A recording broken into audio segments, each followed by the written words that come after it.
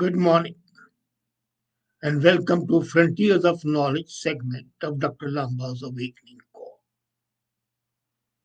2021, this year, is going to be the historical year. And it's going to be historical not because it might witness the end of pandemic, a pandemic that ravaged the world, but quite possible we are going to see some very interesting technologies come up which will make a marked change. Of course, some of the technologies, at least a couple of the technologies I'm going to talk about, were in evidence even last year, but they have been worked on, and the final outcome is going to be visible this year.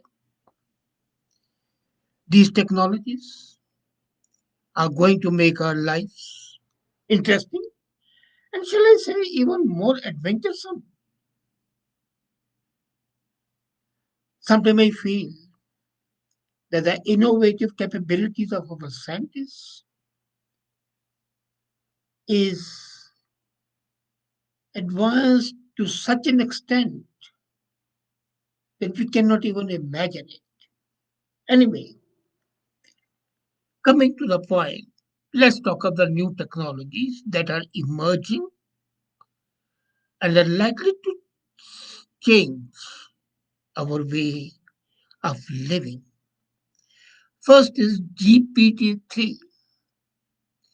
I'm sure in these days of abbreviations and acronyms, you might not even have heard of GPT. Now, GPT-3 is a large natural language computer model that learns to write and speak. And it's a big advancement in artificial intelligence because that makes the machine interact with the world. GPT-3 is the largest and most literate computer models to date. And it has been trained, would you believe, on the text of thousands of books. It can mimic human handwriting with bizarre realism. And this new language is ideally used for interaction between machines and the human beings. So the communication is going to be clear. But there's one problem, it doesn't understand what it's writing, the capability to differentiate. So sometimes it can be nonsensical, but it takes an enormous amount of computational power, data, money. And according to the scientists,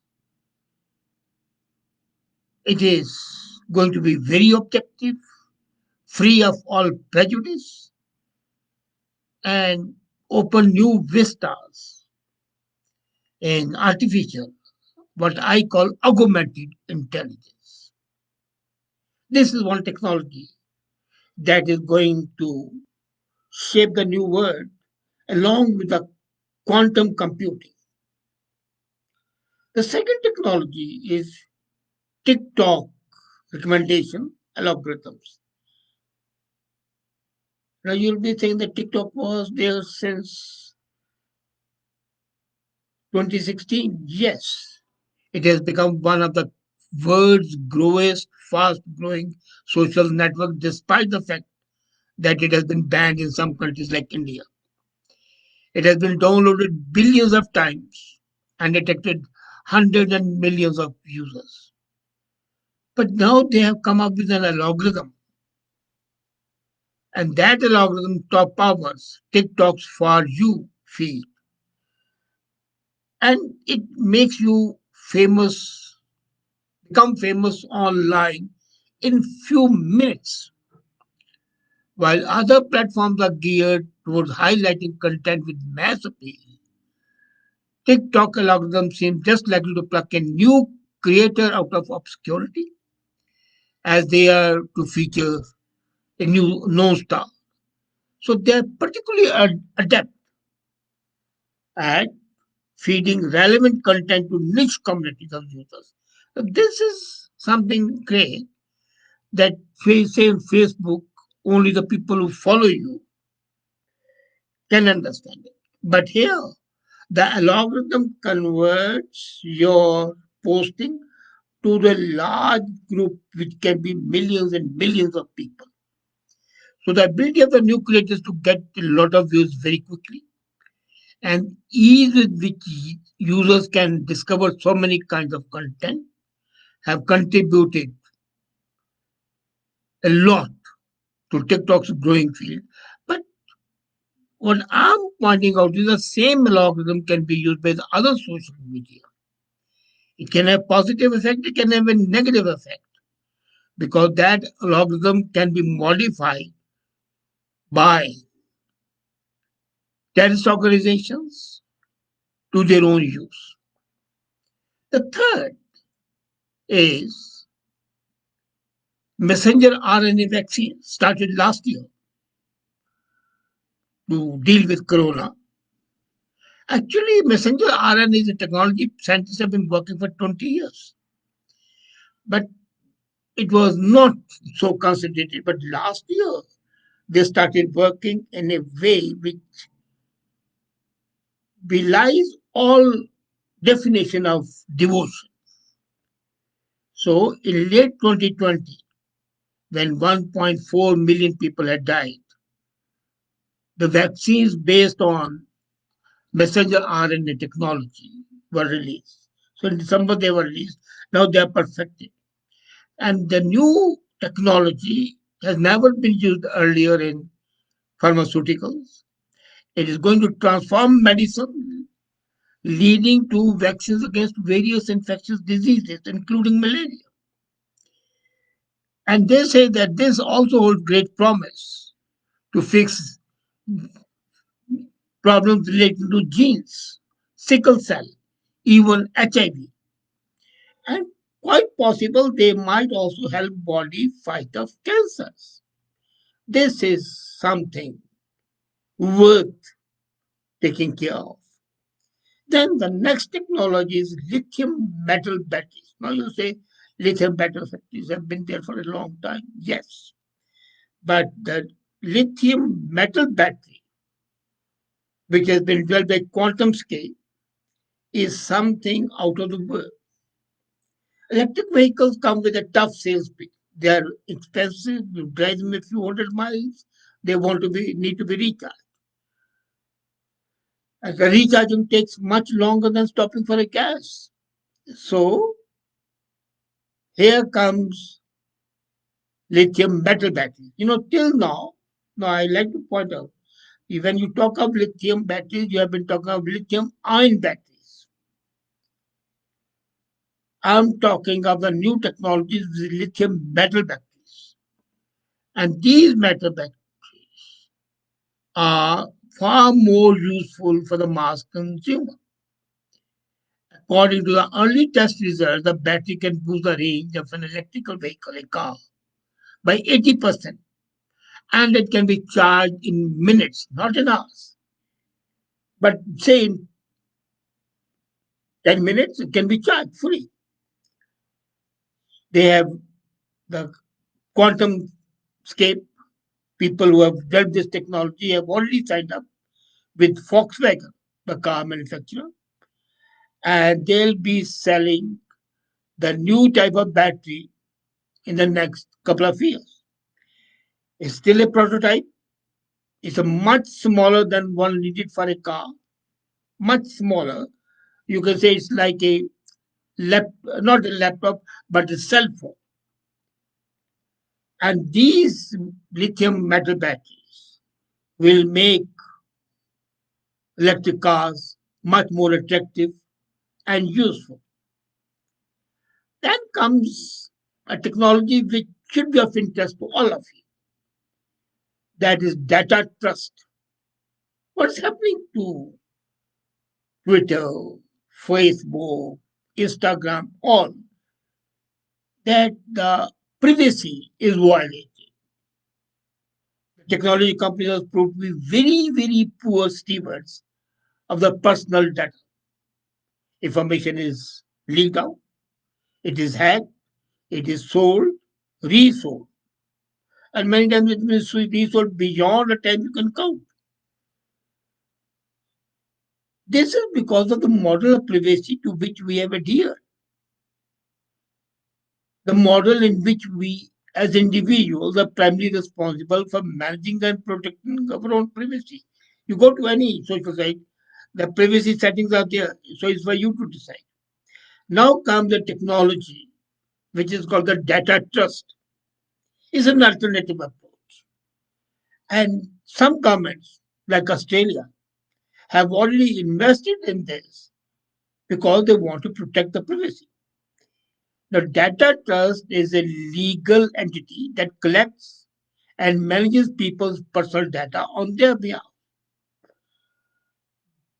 Though the structure and the function of these trusts is still being defined, the data trusts are notable for offering a potentially very safe solution to long-standing problem of hacking, of insecurity, and violation of privacy. And the next technology is green hydrogen.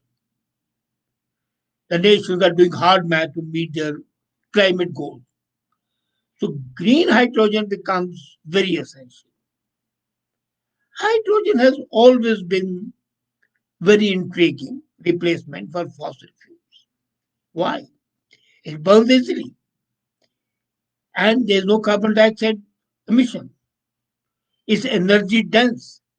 So it's a good way to store power from on and off renewable sources. And you can make liquid synthetic fuels that are drop in replacement for gasoline or diesel. But most hydrogen up to now has been made from natural gas. And that process is dirty and energy intensive. So very purpose of energy efficient is defeated. So the new technology has come, green hydrogen, which is can be produced very cheaply and is practical.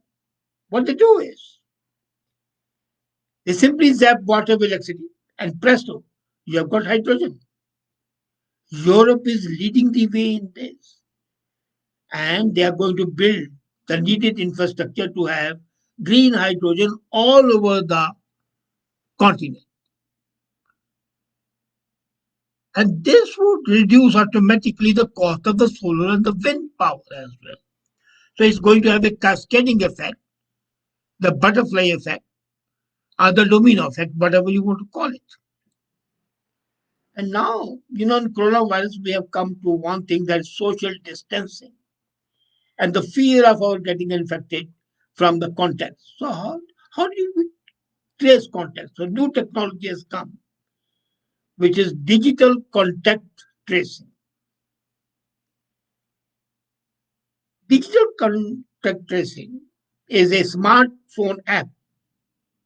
It uses GPS or Bluetooth to create a log of people who have recently crossed your path. So if one of them is later on tested for positive, say for coronavirus, that person can enter the result into app and it will alert others who might have been exposed. But digital contact tracing has failed to make an impact.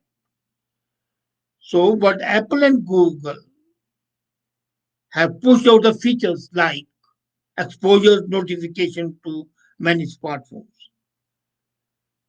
But in case digital contact tracing is used, this can enable us to safeguard ourselves and be ready for the next pandemic, which is around the corner, maybe next year, maybe by the end of the year. And now I come to something which is of, I won't say interest to me, but which excited me.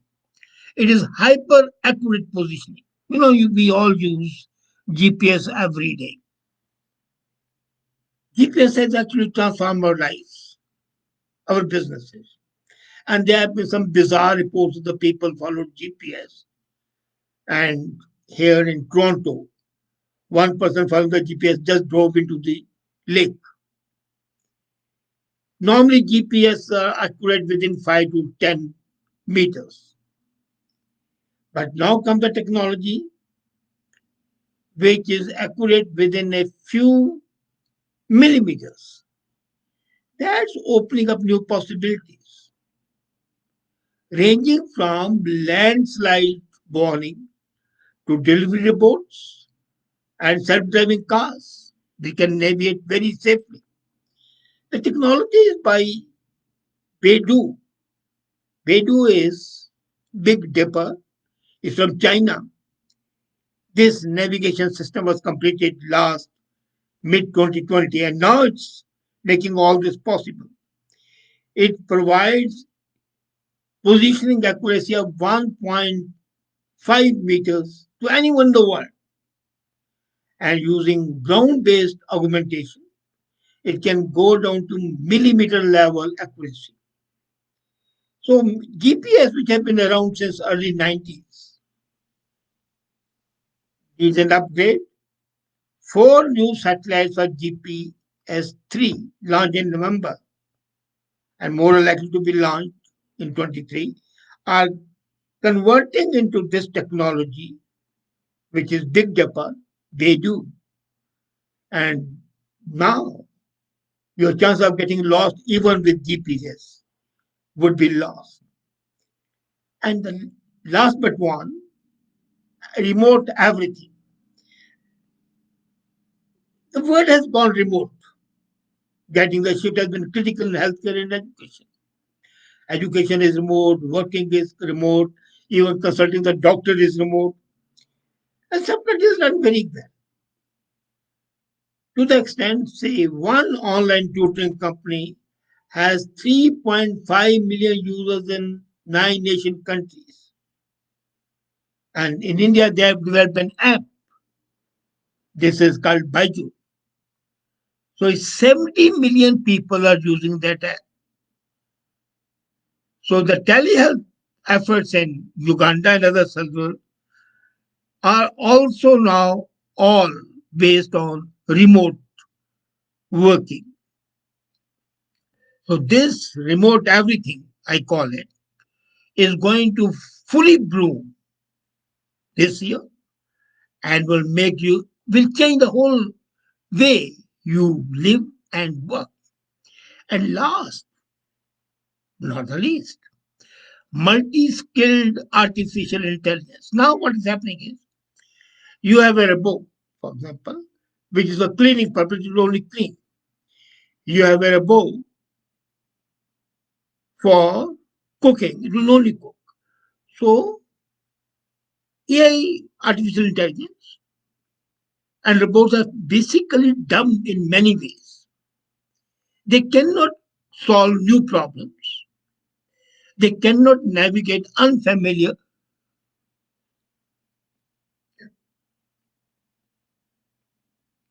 They, sorry, they cannot navigate unfamiliar environments. And the reason is that they lack the human ability found even in young children to adapt, to learn how the world works, and apply that new learning to the new situations. They, you know, that makes them unidirectional in one direction. So now the technology is being developed, and this is called currently it's already being used actually.